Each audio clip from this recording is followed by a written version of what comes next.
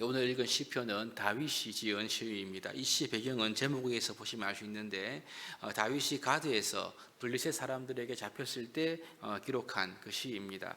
사무엘상 21장에 보시면 다윗이 자기를 죽이려고 하는 사울을 피해서 높 땅에 있는 제사장 아히멜렉으로 피해갔는데 여기서도 안심하지 못해서 그는 이제 국경을 넘어서 도망간 곳이 블레셋 사람 가드 왕 아기스가 있는 곳으로 도피하게 되었습니다. 그때 이 가드 왕 아기스의 신하들이 다윗을 알아보게 되죠. 사울이 죽인 자는 천천히요, 다윗은 만만이다. 그 다윗이 아닙니까? 그렇게 했을 때 다윗은 이 아기스를 두려워하게 되죠. 그래서 그 앞에서 미친 척 연기를 하게 되었습니다. 그 결과 겨우 목숨을 보존하게 되는 이야기를 읽을 수가 있는데요. 우리가 오늘 읽은 이 시편의 배경이 바로 이 다윗의 이야기를 배경으로 해서 기록하고 있다는 것을 알 수가 있습니다. 그러므로 오늘 우리가 이 시편 말씀을 읽으면 다윗이 아기스 앞에서 두려워했던 그의 답답함과 무엇보다도 큰 두려운 마음을 우리가 함께 느끼면서 읽는다면 도움이 되게 될 것 같습니다.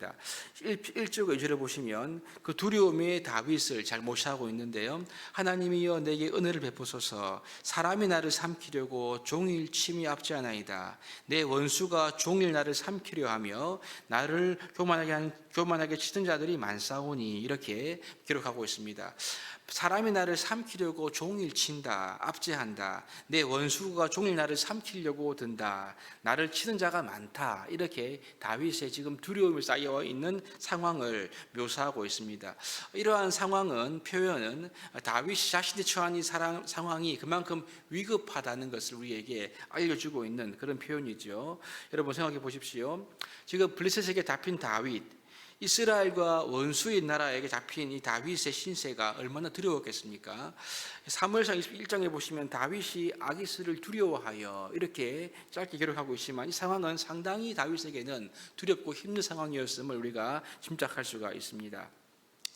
우리가 사무엘상을 보시면 다윗이 비교적 수월하게 위기를 빠져나온 것 같아 보이는데요. 오늘 시편을 보시면 다윗이 그렇게 쉬운 상황이 아니었다는 것을 충분히 우리가 짐작해 볼 수가 있습니다. 어쩌면 다윗이 가드에서 상당한 고문과 또 문초를 당했을지도 모르겠다는 생각도 해볼 수가 있는데요.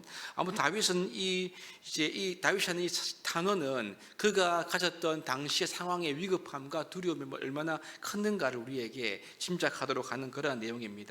여러분 그렇습니다. 우리는 다윗과 처지는 조금 다를 수가 있지만 우리 역시 이 땅을 살아가면서 종종 두려움과 큰 어려움에 둘러싸일 때가 있지 않겠습니까?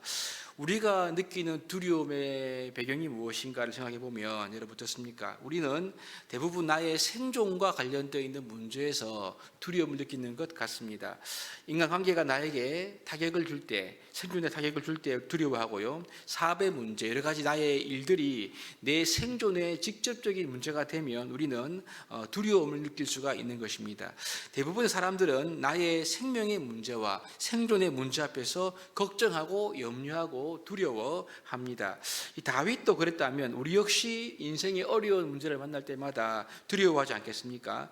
하지만 여러분, 우리가 예수님을 믿고 따를 때에는요, 물론 두려움도 있습니다. 두려움을 느끼기도 합니다. 하지만 그 두려움 속에서 우리는 선택할 수 있고 신뢰할 수 있는 분이 있다는 사실이죠. 그분이 바로 하나님이신데요. 다윗은 이런 두려움 속에서 그의 하나님께 지금 은혜를 구하고 있습니다. 이게 1절 말씀이죠. 하나님이여 내게 은혜를 베푸소서. 이 두려움 속에서 다윗은 하나님을 바라보고 있고 하나님의 은혜를 구하면서 지금 하나님을 믿고 의지하는 길을 선택하고 있는 것을 보게 됩니다. 3절과 4절을 보시면 더 잘 기록되어 있지요. 내가 두려워하는 날에는 내가 주를 의지하리이다. 내가 하나님을 의지하고 그 말씀을 찬송하올지라. 내가 하나님을 의지하였은즉 두려워하지 아니하리니 혈육을 가진 사람이 내게 어찌하리이까. 여기 보시면 다윗이 지금 하나님을 의지한다, 이 표현이 계속해서 반복적으로 기록되어 있습니다. 이 말씀은 10절과 11절에 가서도 동일하게 반복이 되고 있는데요. 우리는 여러분 보통 어떻습니까? 두려워할 때 내 자신을 먼저 바라보지 않습니까? 자신을 먼저 의지합니다. 내게 얼마나 물질이 있는지, 내게 얼마나 이 문제를 해결할 수 있는 인력과 힘이 있는지를 내가 먼저 살피지 않습니까? 이런 인간적인 계산이 앞서게 되면 우리는요, 하나님을 의지하기가 매우 어려워집니다. 하나님은 우리의 인간적 계산이 갇혀서 의지할 뿐이 아니라 그냥 우리가 방치할 수밖에 없는 거죠. 하지만 여러분, 다윗은 보십시오. 그렇지 않습니다. 내가 두려워하는 날에는 내가 주를 의지하겠다, 그렇게 말씀하고 있는 거죠. 두려움 가운데 있을 때 다윗은 자신의 힘과 지혜를 의지한 것이 아니라 하나님을 의지하고 있는 것입니다. 두려움 속에서 하나님을 지금 찾고 있는 것입니다.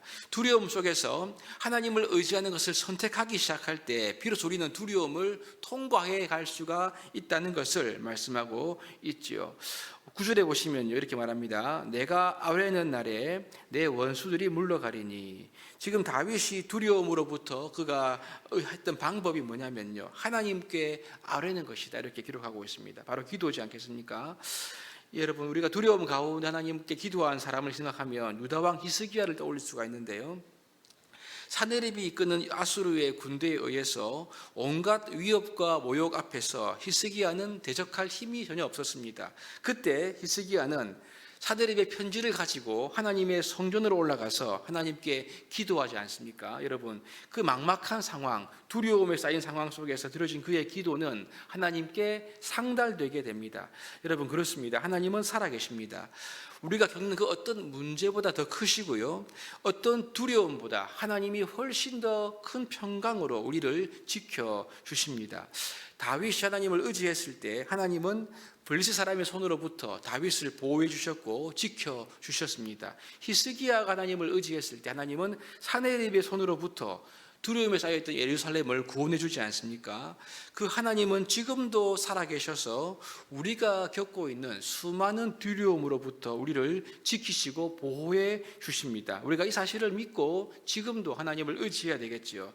11절에 보시면 내가 하나님을 의지하였은지요 두려워하지 아니하리니 사람이 내게 어찌하리까, 이렇게 말하고 있습니다. 여러분, 그렇습니다. 우리가 하나님을 의지하게 되면 두려움이 점점 줄어들게 될 것입니다. 왜냐하면 하나님의 임재와 은혜가 우리 안에 점점 채워지기 때문에 그렇죠. 하나님의 임재가 채워지면 두려움은 점점점 줄어들게 됩니다. 환경, 사람, 여러 가지 어려움으로 오는 두려운 마음들이 하나님으로 우리가 채워질 때 우리는 점점 이것을 극복해 나갈 수 있는 존재가 된다는 것을 말씀하고 있는 거죠. 오늘 다윗이 의지했던 그 하나님을 우리가 의지할 수 있기를 바랍니다. 그 하나님은 우리를 지키시고 우리가 주님을 의지할 때 동일하게 구원하시는 분이심을 믿어야 할 것입니다. 이 새벽에 하나님께서 주시는 은혜, 그분을 의지하는 자에게 베푸신 하나님의 구원을 받아 누리시는, 하나님을 신뢰하는 자가 될 수 있게 되기를 주님의 이름으로 축복합니다.